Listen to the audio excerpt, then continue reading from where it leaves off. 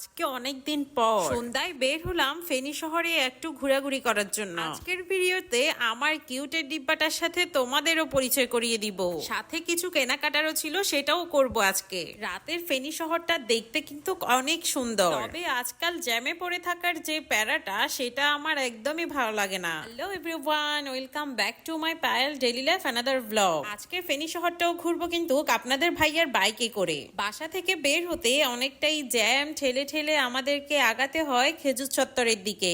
বাইকটা একটু সামনের দিকে যাচ্ছিল আর থামছিল, যাচ্ছিল আর থামছিল, এমনটাই হচ্ছিল বারবার। এই যে এটাই হচ্ছে ফেনী শহরের বড় মসজিদ। এই মসজিদটা দেখতে কিন্তু অনেক সুন্দর লাগে। পুরাটা মসজিদ বাইরে থেকে দেখতে কিন্তু হোয়াইট কালারের। যে কোনো ভবনে আমার কাছে এই হোয়াইট কালারটা ব্যক্তিগতভাবে অনেক ভালো লাগে। তবে একটা কথা তো বলতেই হবে, রাতের ফেনী শহরটা দেখতে কিন্তু লাগে অসাধারণ। টাং রোড পের হয়ে আমরা এবার চলে যাচ্ছি কলেজ রোডের দিকে। টাং রোডে কিন্তু প্রচুর পরিমাণ জ্যাম ছিল, তবে এই রোডে একদমই জ্যাম নেই বললেই চলে। যেতে যেতে ভাবছিলাম এখন কোথায় যাওয়া যায়, যেতে যেতে হঠাৎ মাথায় আসলো চলো আজকে গরিবের বাজারে যাওয়া যাক। এই দোকানটার নাম দেওয়া হয়েছে গরিবের বাজার, দেখা যাক নামের সাথে দামের মিল আছে কিনা। গরিবের বাজারে যাওয়ার সময় অনেক বড় একটা ড্রেন আমার চোখে পড়লো, আর এই ড্রেনটা দেখার পর তো আমি ভয়ে শেষ, না জানি কখন আবার ঠপাস করে ওইখানে পড়ে যায়। সত্যি এই ড্রেনটা বাচ্চা কাচ্চাদের জন্য অনেক রিস্কের ব্যাপার। যারাই এখানে যাবেন যাওয়ার সময় বাচ্চা কাচ্চাদেরকে